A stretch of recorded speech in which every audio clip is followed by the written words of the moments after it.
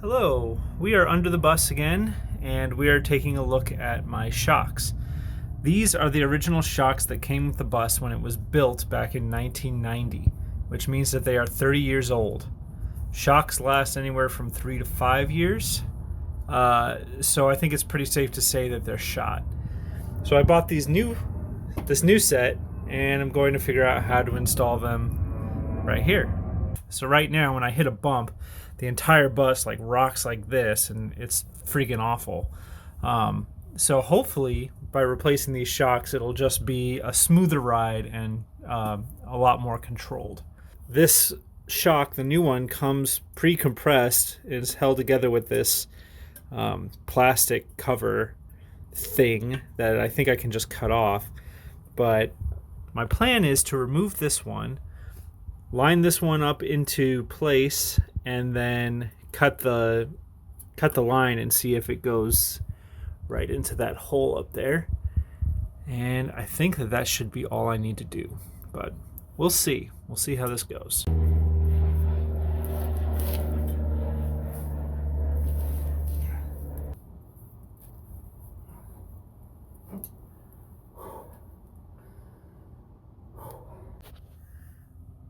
Okay, so one thing I've learned so far is that at the base of where this shock is, here, right there, this is not just an axle with a little bolt on the end. This is actually a totally threaded bolt that goes all the way through to the other side. So I've been spinning it, and it hasn't been going anywhere because I'm not holding down this end to allow it to come out. So now I have to go find another wrench.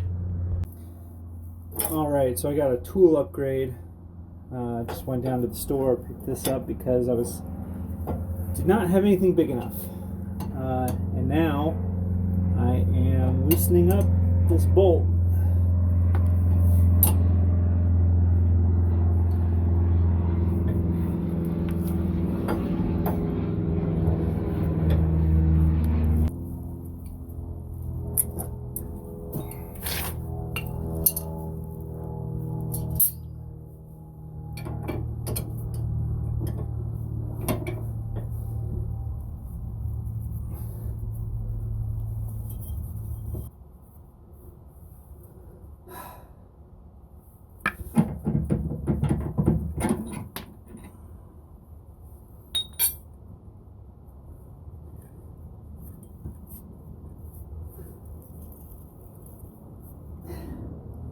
Doesn't rebound at all.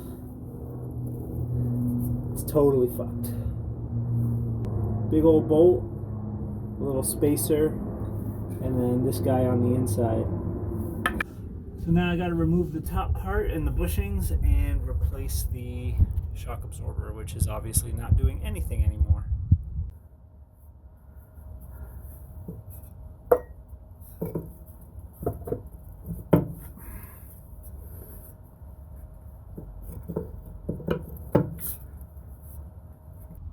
Okay, so to secure this thing, I've got my strap wrench around it, and I am twisting the top. Hopefully it'll come off soon. This is pretty difficult.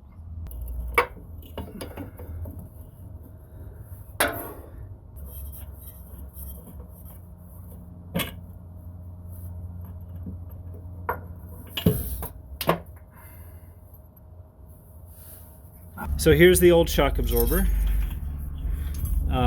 Completely taken off, and we have a bolt on top, washer, bushing with a little spacer thing inside, another bushing, another washer, and then the shock with a ringed side that goes in, that gets the bolt, and that's it.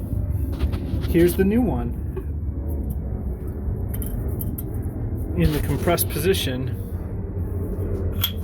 and it comes with replacement parts for all of this stuff. So we've got the replacement washer, the replacement bushing, and even a replacement nut and a replacement spacer. Where's the other spacer?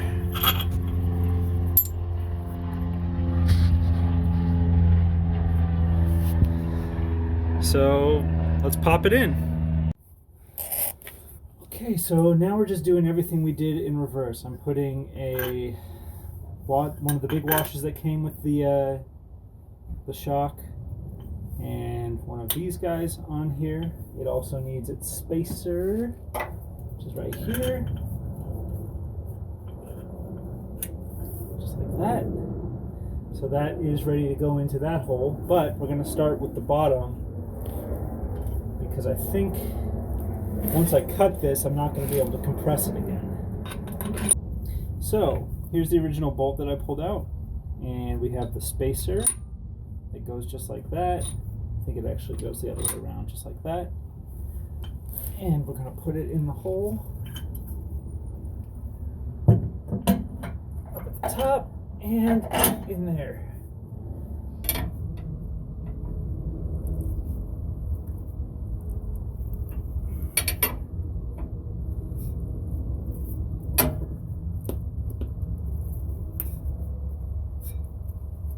Okay. The bottom half is in, feels pretty tight. Up at the top, we've got this in the right hole. And so now I think I'm just going to cut this and let it expand all the way that it wants to.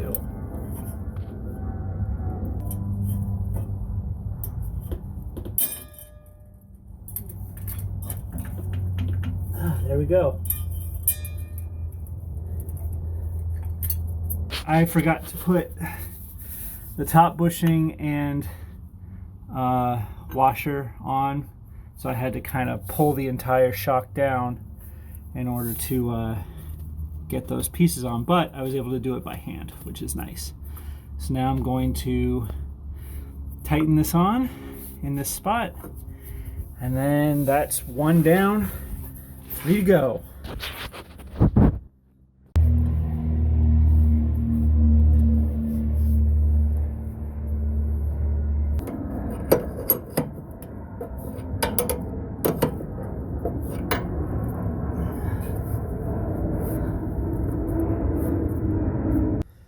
So there you have it. That's one shock in. Here's the old one next to it. Doesn't do anything. It's supposed to spring back when you push on it. It's not doing crap. So this is shot, but this one is working. And it looks like, I'm hoping this will improve the ride quite a bit. Now on to the next one.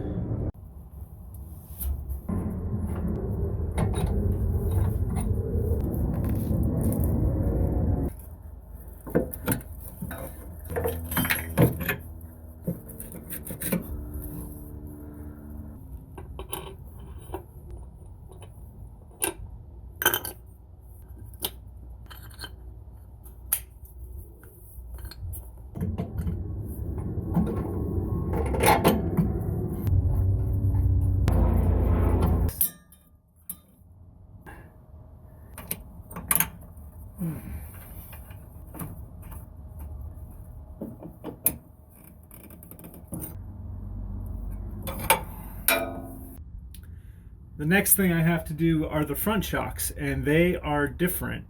And I'm not exactly sure how yet. Like I said, this is the first time I've done anything like this. So we're just gonna have to see how it goes. Okay, so this is the front engine, and then right here we have the front shocks, and they're a little bit different. They have a pointy side on both sides with bushings. So here's the new one, ready to go. So I think that it should be pretty easy. It looks like it's just this wrench on this nut, and loosen it up, take it off, and replace it.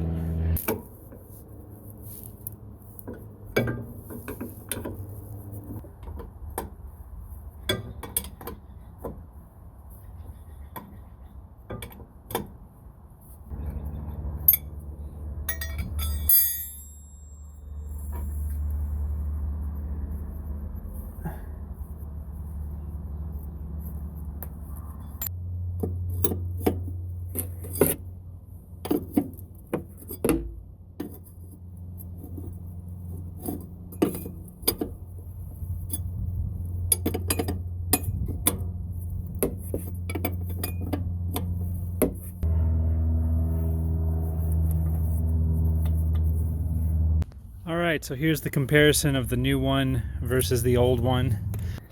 As you can see, it compresses and doesn't bounce back at all. Totally useless. So we're going to go ahead and pop this one in place. I think it's pretty much the same setup as the other one that had the point on the pointed end of the rear one, where we do one of these and then a bushing, and then there's a spacer or like a sleeve. I don't know exactly what you would call that. Sticks in like that, so that one's ready to stab. And then we have a kit that's exactly the same for the other side, so I'm going to go ahead and put it in place. Alright, so we have the front shock in place. It's kind of just sitting in the hole there. So now I'm going to take my snips, I'm going to give it a snip, and it'll pop up into place.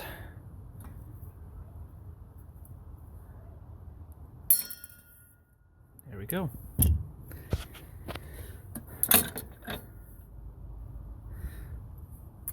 And I'll cut the rest of it off in a second and then add the last hardware. Okay, so the next steps seem pretty straightforward, just like the others. We're just going to put a bushing on right there on top, and then big washer, making sure the bushing's facing the right way, yes, and then a nut right on the end there. Tighten that on. Do the same thing at the bottom, just make a sandwich with the bushings, and that one should be good to go. Alright, for this last one, it's just more of the same. I am underneath working on it.